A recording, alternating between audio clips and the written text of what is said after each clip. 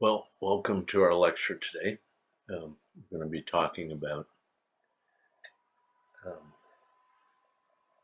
race, religion, language, ethnicity in the context of Latin America, because I thought, just as we did with the lecture about the Upper and Lower South, in the context of cultural regions, it makes more sense, I think, to focus on a particular area rather than the world as a whole is a pretty big chunk to bite off and try to digest. So we're going to start with um, talking about this region.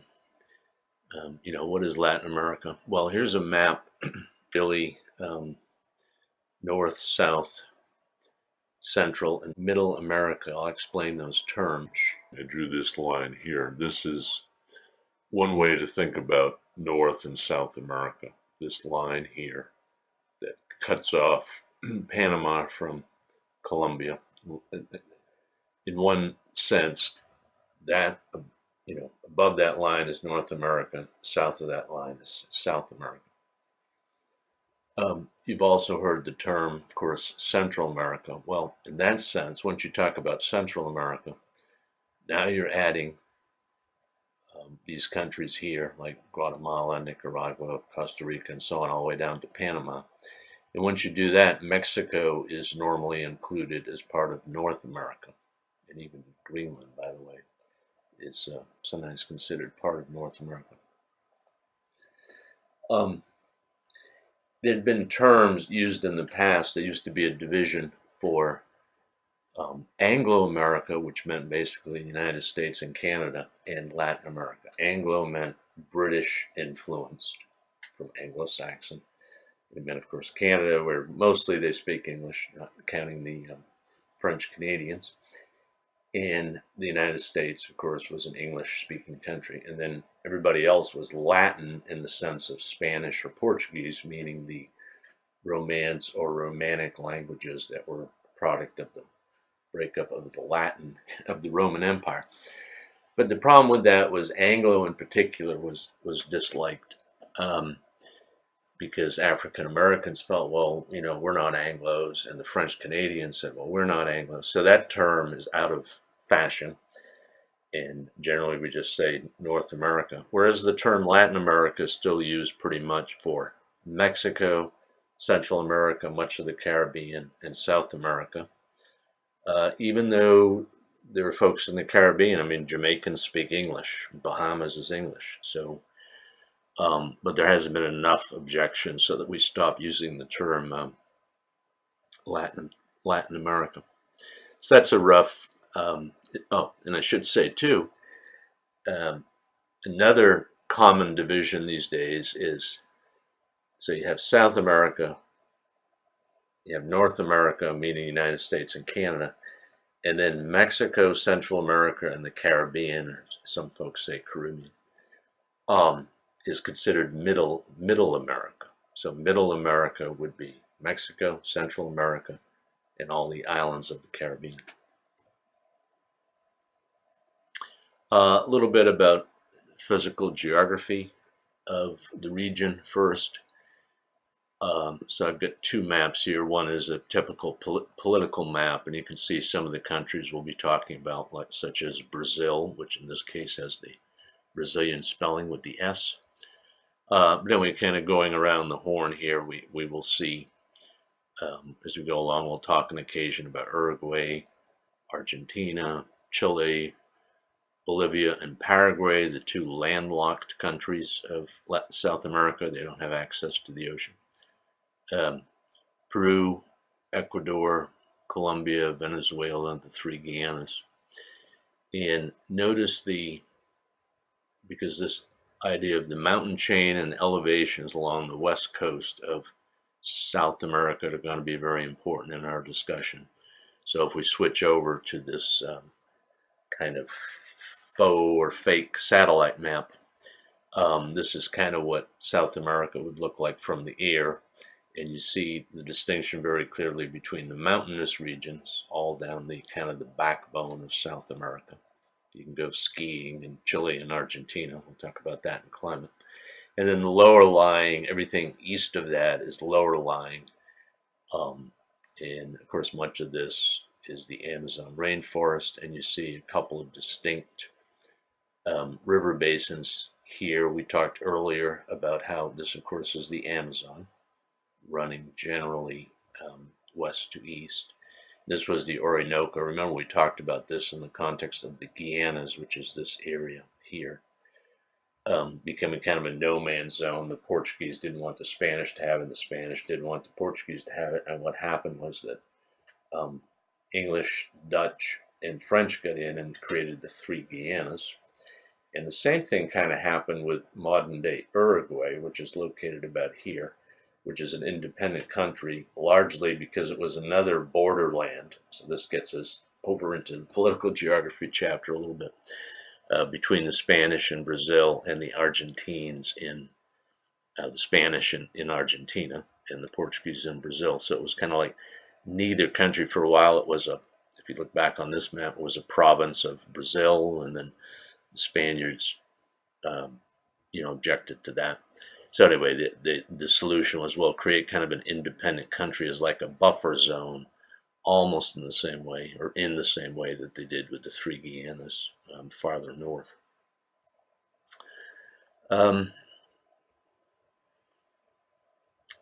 and again, notice the distinction between the higher elevation mountains to the west and then the lower lying lands in the east. Although it's not all low lying. For example, this area of Brazil is a bit higher elevation than the lowlands around it.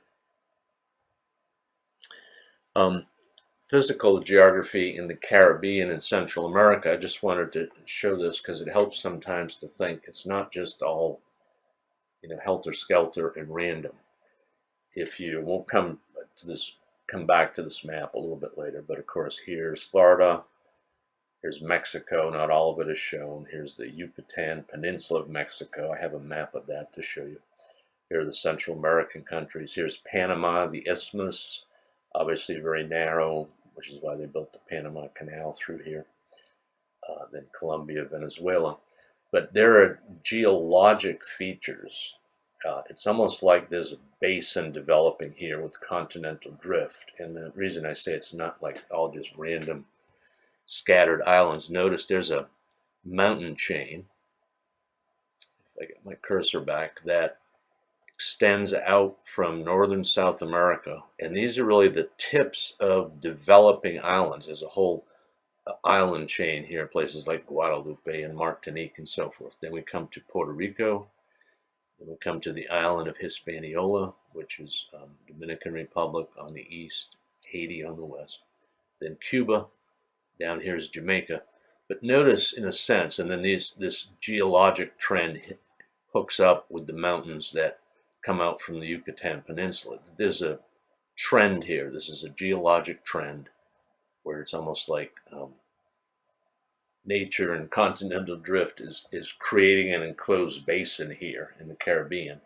And what we have at the moment are the tops of islands that, who knows, 20 million years from now or something, this may be more of a distinct land feature all the way across here. These islands of the Bahamas, they're different. They're more coral islands developing in shallow seas off the coast of Florida instead of the tops of mountains. And there's a lot of volcanic mountains in through here as well.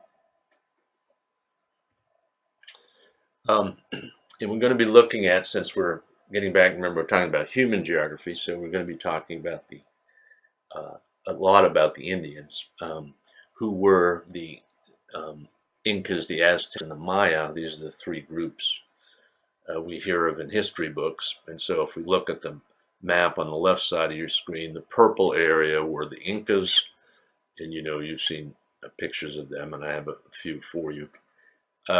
They notice how closely that coincides with the area of the Andes Mountains. And they didn't live on the tops of the mountains and the snow caps, but they lived at generally at higher elevations, like 5 to 10,000 feet or so, where they grew things like potatoes and so forth.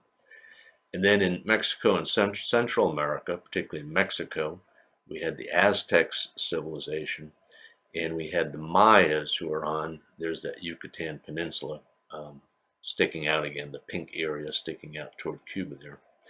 And on the right-hand map, we can see a more detailed map of the Incas and their civilization, and generally this darker orange area.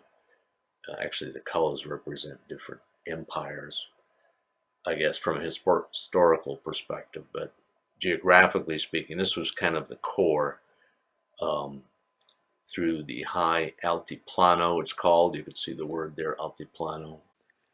This is the Yucatan Peninsula of Mexico. Americans know this area for its beach resorts, such as Cancun and Cozumel. But if you go there, take a tourist bus inland to see the Maya pyramids. Aztecs and the Maya in Mexico and Central America were pyramid builders, and there's some, apparently that culturally diffused or transferred to the northern North America, or farther north. And of course, our Indians, some of our Indians were the mound builders. We didn't have all the stones and so on, the granite or whatever they built them out of, but we made them out of earth. And they were the mound builders of the Mississippi Valley, like in Cahokia, but also as far away as, of course, as you know, if you're in Ohio. There were a lot of Indian mound builders in our area as well. I'm going to talk about climate, and I showed a map of the Western Hemisphere climate, so we could make some comparisons with North America, but I can't resist. I mean, we want to keep trying to tie everything together, but look first at the map projection for a second. We know this is a fairly accurate map in terms of size, because remember the thing about Greenland, the size of Greenland and compared to South America. So that's pretty accurate. Remember, it's about 1/7, so that looks about right. And you can also know this is a very honest map in terms of they made the map as if they peeled it. Remember the context of peeling the surface of the globe and trying to compress it on a flat map. So you can see like an orange peel here. They had pieces that didn't fit, but they're not lying to us and saying, well, this is all ocean. It's actually empty because of the way they kind of cut away the paper skin of the globe, so to speak. But anyway, we're looking at climate here, and I want to point out, here's the equator. It doesn't say it too clearly, but remember, here's Ecuador, which of course is equator in Spanish. That's where the name of the country comes from. But the point I want to make is we talk about climate. There are different climate zones at different latitudes of the Earth. And I made a little cutout here. Hopefully I'll hold this up properly so you can see it. Here's a map of, here's an easy way of visualizing this because it's an important thing to think about. I made a little cutout here of South America and cut it off at the equator. So, I mean, you realize that the zones repeat. In other words, you get the north and south poles, right? And then you get the equator in the middle. But in between, the climate zones tend to be approximately the same, or I shouldn't say that, similar climates on similar sides of the ocean. In other words, it makes a big difference because of the movement of ocean currents and so forth, what side of the continent you're on. So like if you look at a globe and you look at where England is located, they're way up in northern Canada.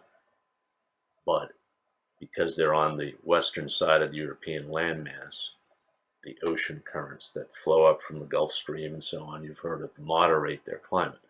So it's not just latitude, but it's which side of the continent you're on. So if we say, all right, well, South America is going to have similar climate zones to the United States. Flip South America up. Put it back, keep that line, that's the equator. Keep that line on the equator. And What do you know? I colored in, I made a dark circle. The black circle there indicates an area of the Pampa of Argentina, where Buenos Aires is located, in southern Brazil, where a lot of Brazil's population is located. And, well, you know, what kind of climate do they have? Well, they're kind of like down around the Carolinas, Virginia, up to southern New England or so, if I'm showing that properly. Um, so, you know, they're not tropical rainforest or anything like that. Whereas, of course, the part near the equator is the Amazon rainforest and so forth is tropical. But we'll see a little bit more about climate as we go along. But I just wanted to give you that example. The other thing I want to point out while we have this map is, if I can get my cursor without forwarding to the next slide.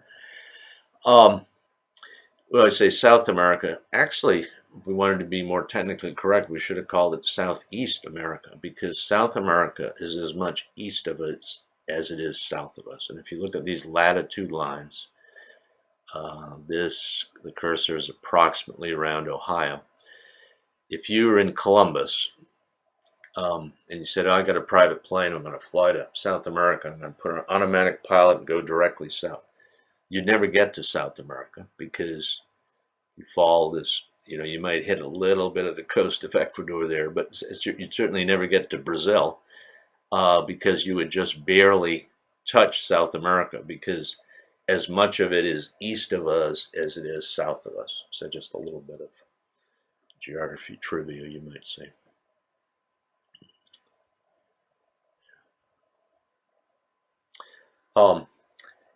Altitude, remember the mountains, altitude greatly affects climate. Topography, therefore, creates climate zones. And to an extent, if you're at the equator, and what we're leading up to show, I'm going to show you snow-capped mountains right on the equator. Yeah, you have the tropical rainforest at the coast, and you go up and it gets cooler in elevation, and you go all the way up to snow caps. It kind of like repeats the distance you would travel, like if you went from Florida to the North Pole or something, you know, northern Alaska.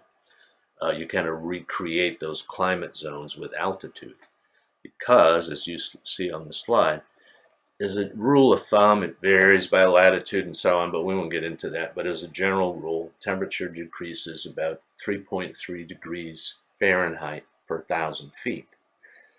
So if you're at the equator, remember Mount Chimborazo and many other mountains along the Andes and so on. So if you're at 20,000 feet and you've gone down 3.3 degrees per 1,000 feet, you've dropped down 66 degrees. So if you're down sweating on a tropical coast with the banana trees and it's 95 degrees, you know, behind you, you look toward the Andes and you see the snow caps, because the oftentimes permanent temperature there is 29 degrees all day long. Now remember, there's no summer or winter seasonally. If you're at the equator, it's always hot. It's always summer, so to speak. But up on the snow caps at 20,000 feet is 29 degrees. And if you've got a 25,000 foot mountain, it's another 15 degrees lower. So these are freezing temperatures pretty permanently. And of course, with the cold, the other thing that happens is trees don't grow. You get, you know, bush-like stuff and more what they call mosses and lichen. It lichens. It's kind of like remember the analogy with traveling toward the North Pole. It's like what's called the tundra or the taiga, these little stunted trees that they have in Siberia, you know, foot-tall trees that are like 30 years old or something, because trees can't grow well in that cold climate. And so generally what they call the tree line or the timber line is about 11,000 feet. It again varies with latitude, but at the equator it's about 11,000 feet. Once you get above that, tall trees or in general trees don't grow. Well, something's going on with my thing here, but I can get to it by clicking on it. So you have permanent snow caps even at the equator. There's a view of Mount Chimborazo, and I don't know if you can click on it or not, But if you're interested, you can write down that link. That's just a website I found that had a lot of pictures of snow-capped mountains in the Andes and along the equator and so forth. The Andean Indian people, these are present day now, not the historical folks that you read about in the history books, but they're still around. Here's a group of them at a celebration with a drum and a flute. There's a woman with a looks like it might be an alpaca rather than a llama. Because they live at these higher elevations, which you see in most of these slides, they sometimes terrace fields because you can't plant crops very well on the hillside. You can graze animals on the hillside, but if you plant crops, you start digging the soil up, the soil washes downhill. Whereas terracing, making steps out of it, soil from one step washes down to the next step, and it might take it, a century for the soil to, start losing soil as it washes all the way downhill.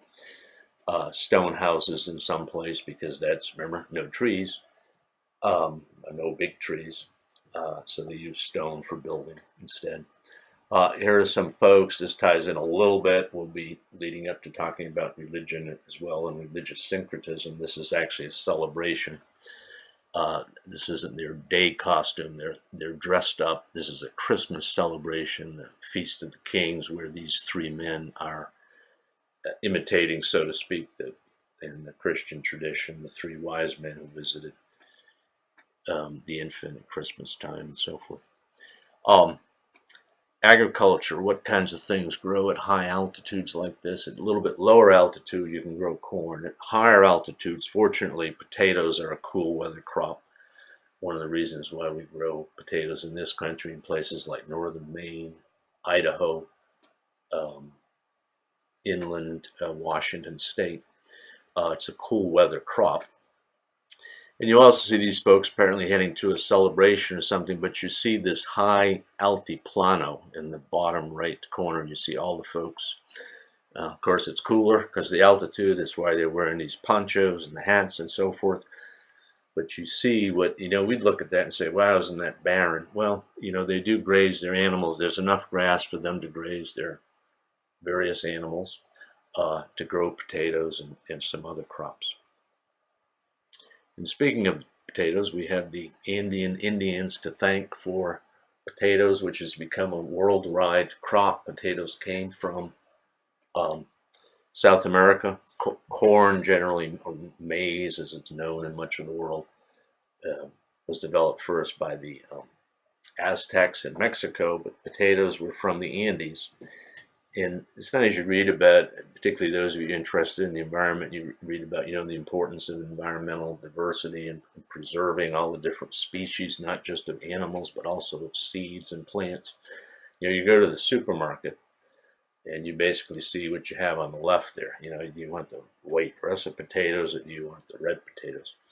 There are about 100 varieties available commercially. If you go into specialized organic food stores and stuff, you might have 20 or 30 kinds of potatoes to choose from. But here's a picture of the wide variety, some of the 4,000 types of potatoes that are still either grown or grow wild in parts of the Andes. Of course, many of these potatoes are tiny.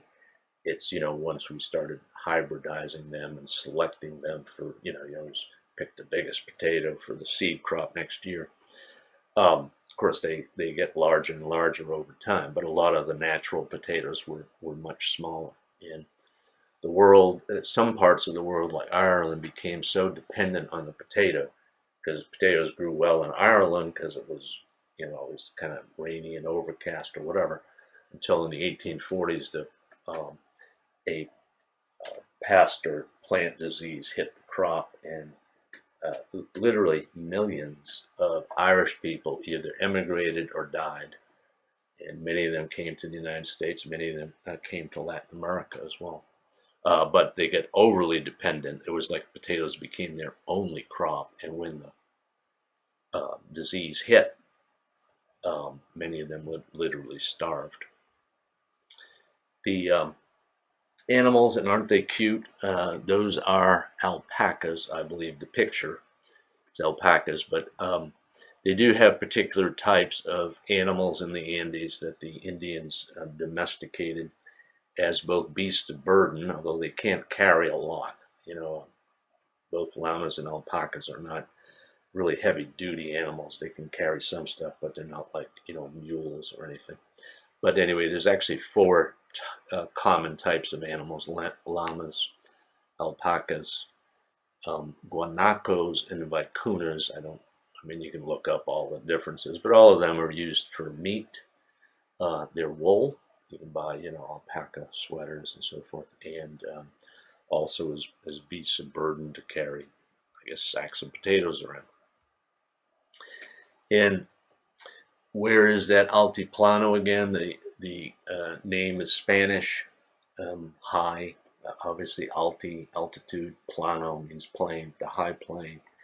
And you see the core of it, very similar to what we saw earlier, which was where the heartland of the Inca Empire was, northern Argentina a little bit, but mostly through Bolivia and Peru, although the Inca Empire itself extended farther north, all through Peru, through Ecuador, as well as into Colombia.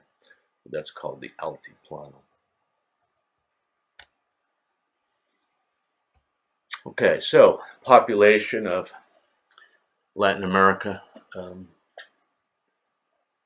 We'll come back a little bit more to physical geography as we go along. I don't want to separate, you can't separate it. You can't say, well, we're done with physical geography now, let's go to population. We'll see how the two are interrelated, and we'll see how it's, a lot of this has to do where different ethnic groups, the Europeans, the Africans, and the Indians were located, and where they mixed and how much they mixed and so forth. Anyway, there's about 600 million people in all of Latin America. You may know that the population of the United States is about 318 million, so I'm fudging a little bit in saying that in all of Latin America, so that's Mexico, Central America, Caribbean, South America, 600 million people, about double that of the United States. South America by itself has 400 million of those 600 million. And there's two big dogs, so to speak. Brazil alone has 200 million people. So it's not quite as big as the United States, but a little more than 300 million. But it's huge. It's one of the top 10 most populated countries in the world. And Mexico has 120 million folks as well. So these two together, so there's half of Latin America's population, 200 million in Brazil, 120 Mexico, have more than 300 million. So you combine those two, you do have the population in the United States. There's about 40 million people in Central America. Guatemala is the largest of those 15 million of the Central American countries. There's another approximately 40 million on the islands of the Caribbean. In this case, Cuba is the largest with about 11 million, but not far behind. Remember the island of Hispaniola. I think I have a map coming up. But anyway, Dominican Republic. Remember the thing about why do we divide up islands? Dominican Republic on the east, Haiti on the west. About 10 million each in the Caribbean. And then there are other large South American countries that have up to almost 50 million people. But Colombia, for example, has 47 million. Argentina, 41 million. Venezuela, in Peru, about 30 million, and then Chile, about 18 million. Then other countries I didn't mention, like say Paraguay, Uruguay, are smaller and would say less than 10 million people. Back to Central America and the Caribbean, all of these countries, like Guatemala, Costa Rica, Cuba, Jamaica, Haiti, and so on, they're about the size and about the population of like an American state. A typical American state has, 5-6 million people or so. Ohio with 11 million people is actually big. So there's as many people in Ohio as there are in Cuba, Dominican Republic, and Haiti, let's say. not combined, but each has about 10 million people. Anyway, that gives you a rough idea of the population of these countries that we're talking about. And again, just a reminder of where some of these places are. Here's Cuba. They have Dominican Republic labeled, but not Haiti, which is on the other side of the island. Just below Cuba is Jamaica. And just off the Dominican Republic, this other big island is Puerto Rico, which of course is not an independent country. And it's not a state of the U.S. It's in what they call Commonwealth status. Then you see the various Central America. There's Mexico, and then you have Guatemala, El Salvador, Honduras, Costa Rica. We'll see. Costa Rica is a bit different from the other Central American countries because it's more European and less Indian. We'll see that. Panama. Then again, once more, Brazil.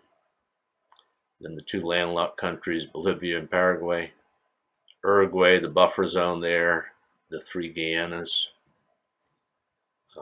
Argentina and Chile. You remember grade school geography, the shoestring country, shaped like a, it's so narrow. Peru and Ecuador, and then Colombia and Venezuela. Let's see, my auto advance is not working, but so I'm going to remember to click on it. It's my own artwork here. I did it, I hope, without too much smudging. So we have three groups, primarily three groups in Latin America, and we're going to be talking about how these circles intersect and how in some case, so we have the Indians, African population, European population, and the way the different groups mixed or didn't mix in different countries. And we have different names are given. For example, someone of mixed Indian and European ancestry, depending on where you are, is usually called mestizo, M-E-S-T-I-Z-O. In Mexico and Central America, they're more commonly called Ladino, L-A-D-I-N-O, not Latino, which we use in the U.S. to mean like a Hispanic person. Whereas the mixed European African ancestry is called mulatto, or in much of the Caribbean, Creole, C-R-E-O-L-E. I'll show you these terms later. And in fact, we use that term in the United States. There are folks in Louisiana who call themselves Creoles, meaning of mixed European and African ancestry.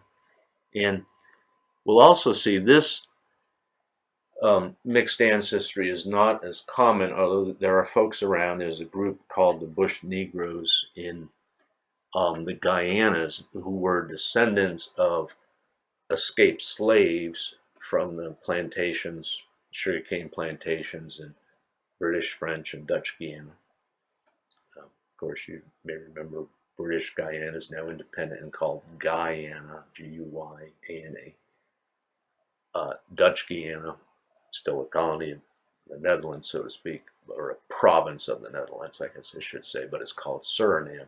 And French Guiana is still called French Guiana, and it's still a colony, so to speak. But anyway,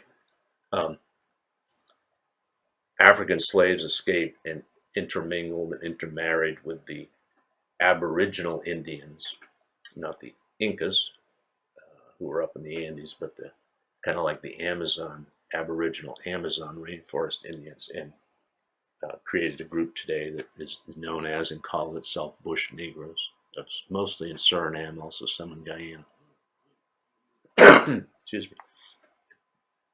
Then we have areas of greater mixing, and it becomes kind of impossible over time to figure out exactly how much, someone is 30% this and 30% that. But Northeast Brazil is a good example of where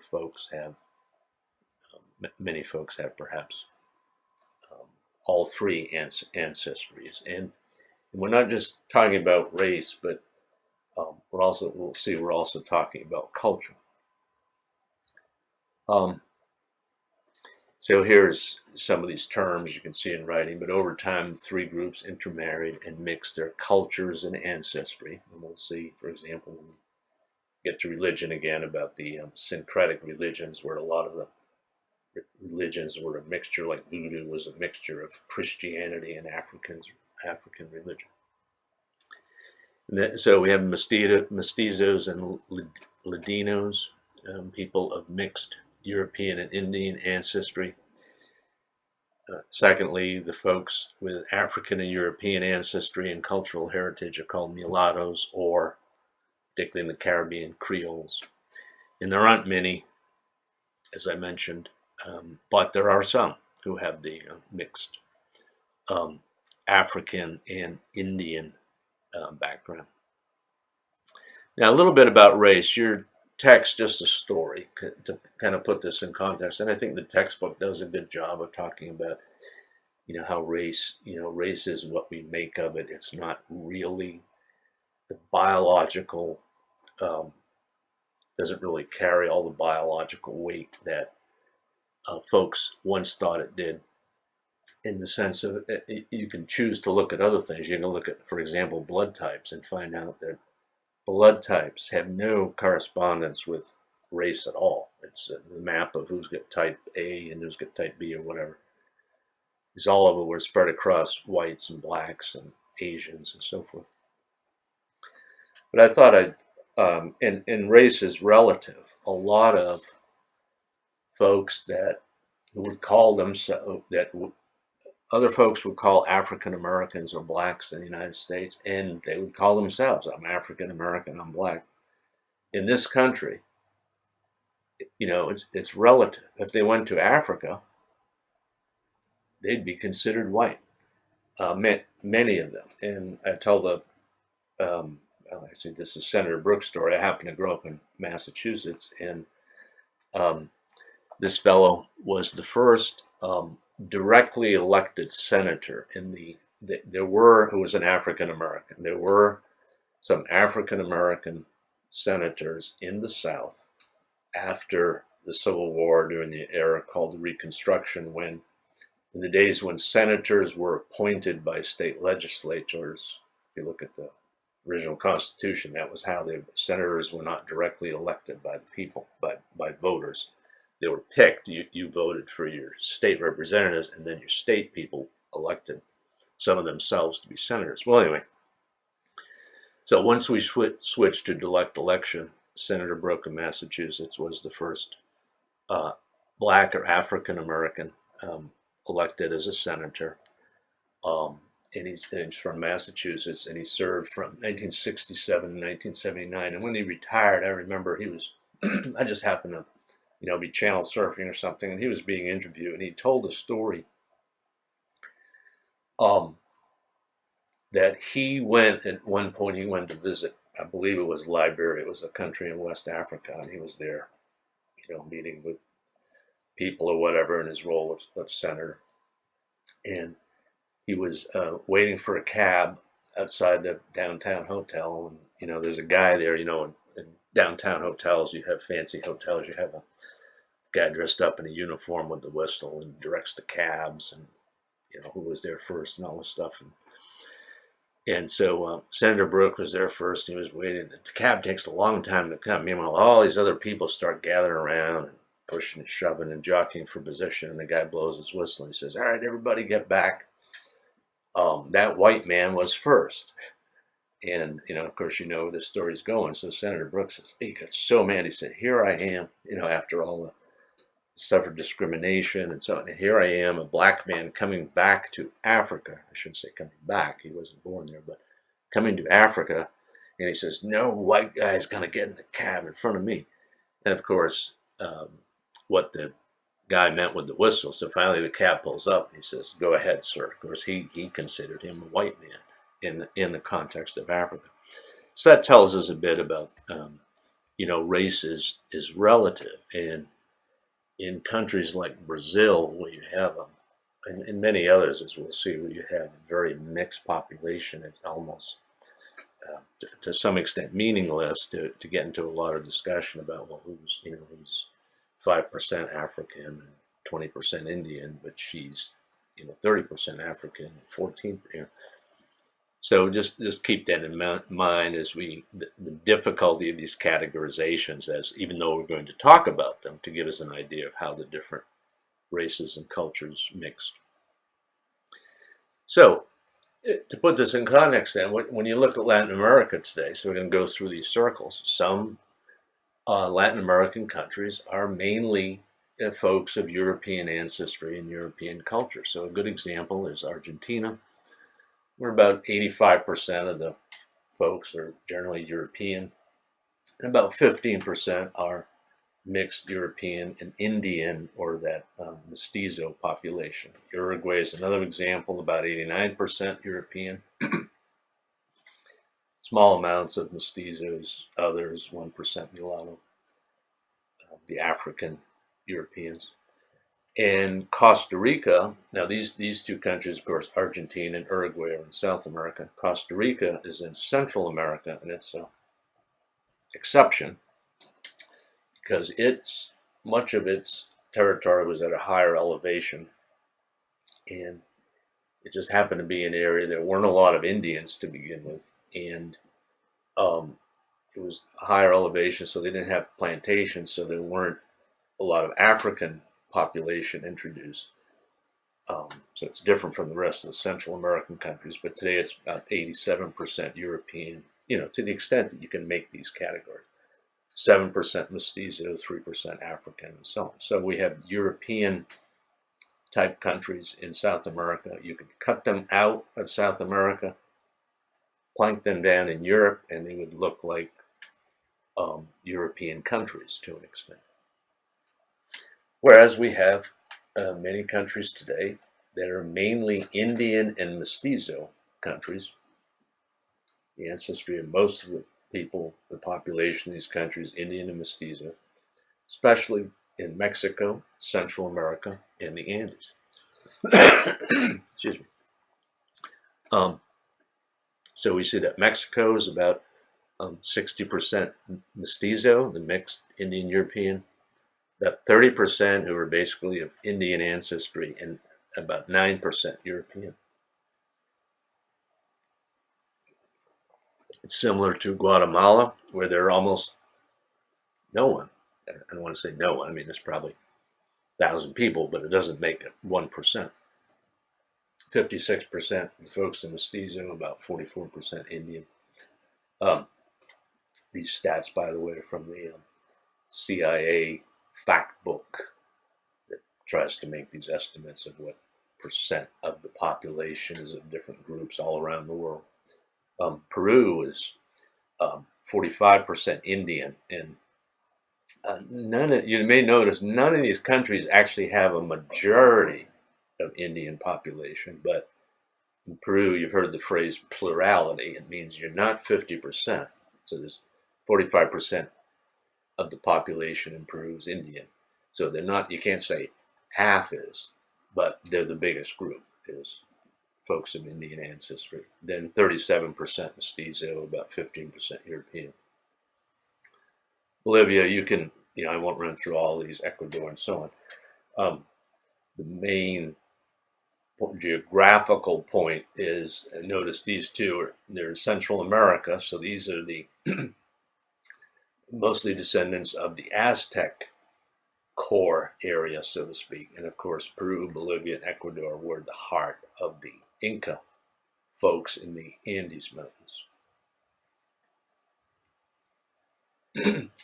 And we have some parts of South America, particularly in the Caribbean and on the coast of Central America and the countries that touch the coast of Central America, where much of the population today is of Africa, and these are almost like African countries. We'll see that, for example, Haiti is 95% African population. And,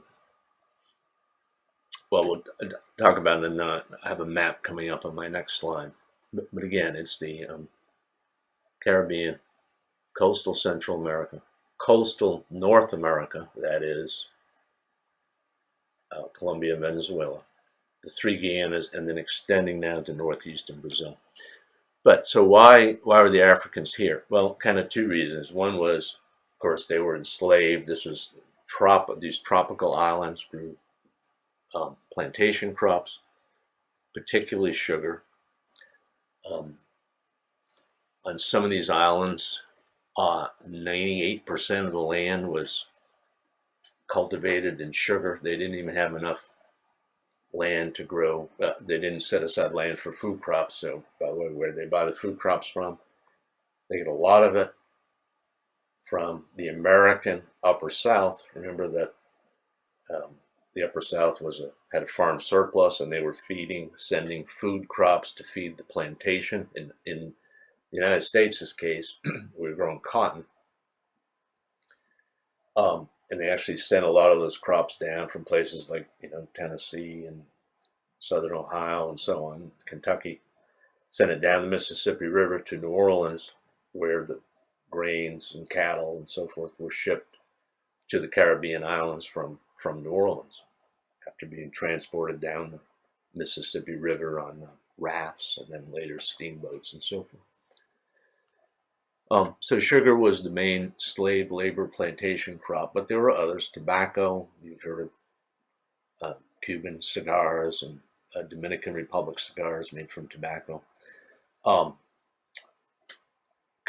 Cacao, which is the bean pod, is a big pod of the tree that in English has been kind of corrupted into cocoa, but cocoa is not. Cocoa is actually the ground powder. It's like the difference between concrete and cement.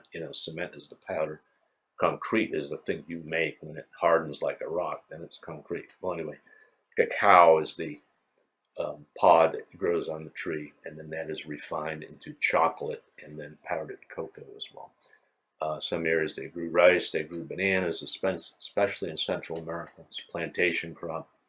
Initially, all the work done by slaves, and sometimes those small countries were derisively called the banana republics.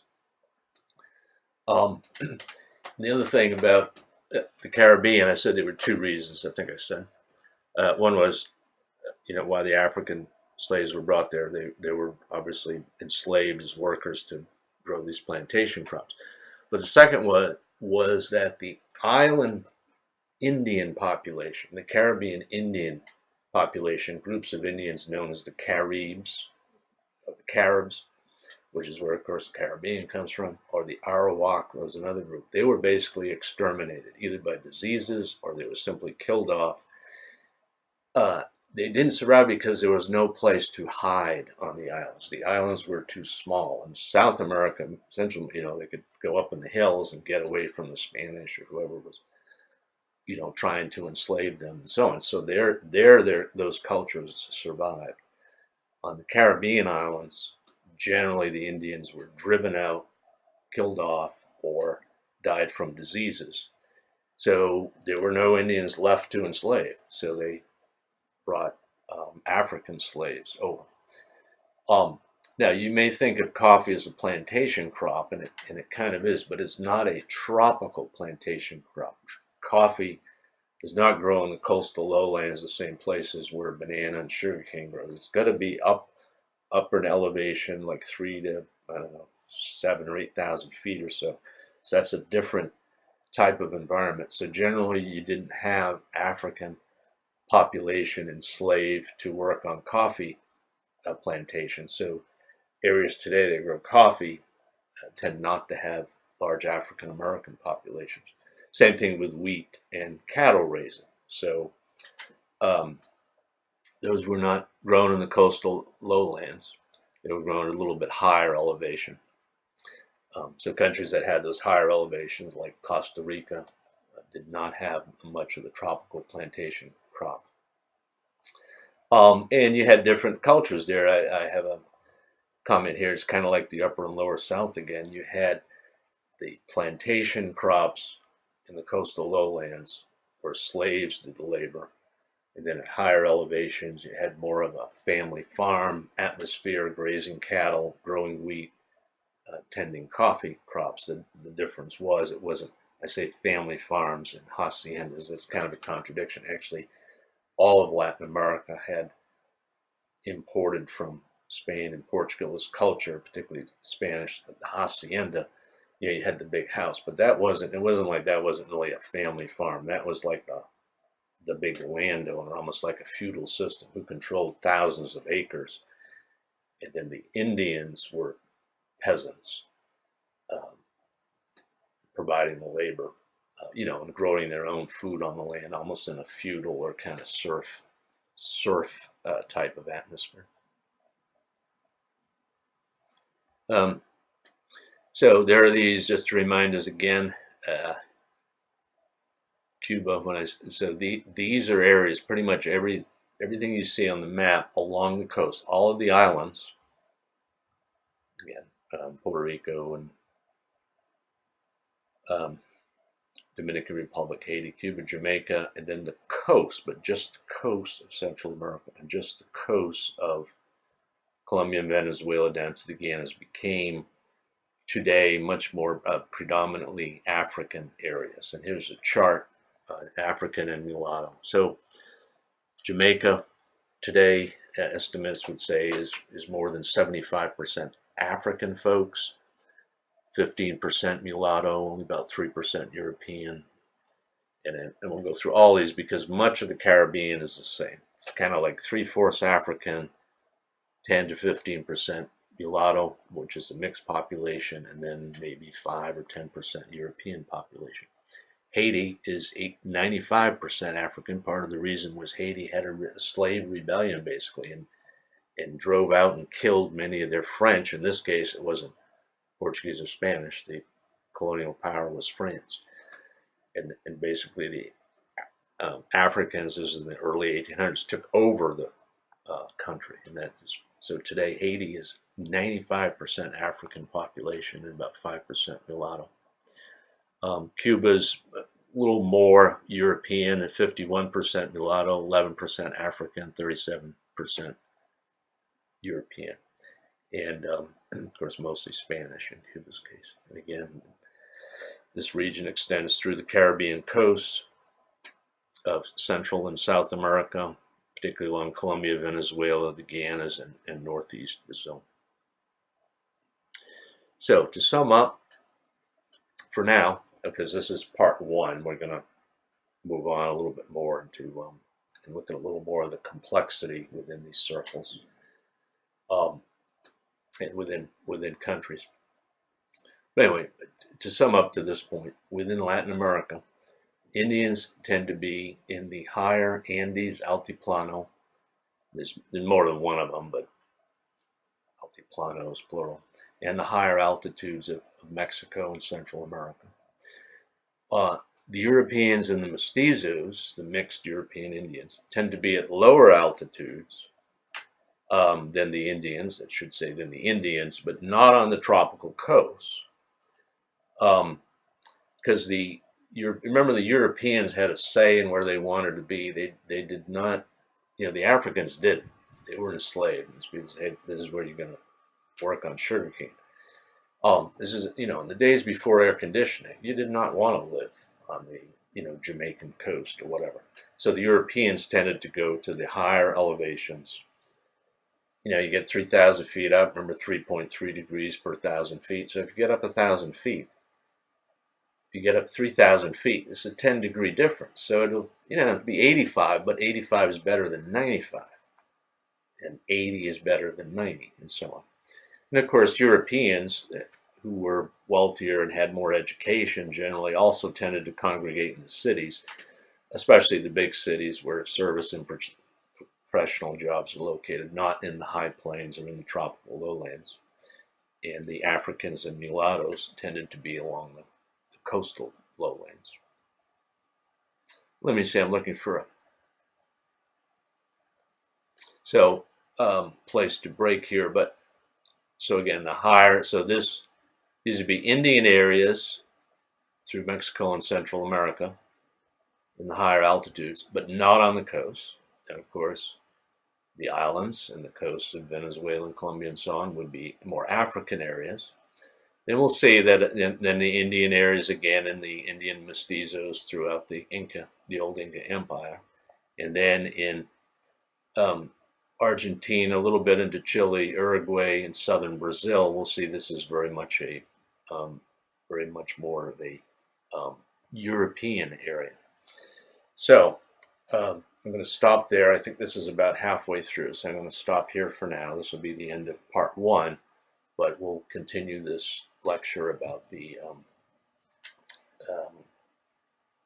ethnic, as well as ethnic makeup, colonialism, to some extent political geography, and we're going to see how this connects with language and religion when we start part two.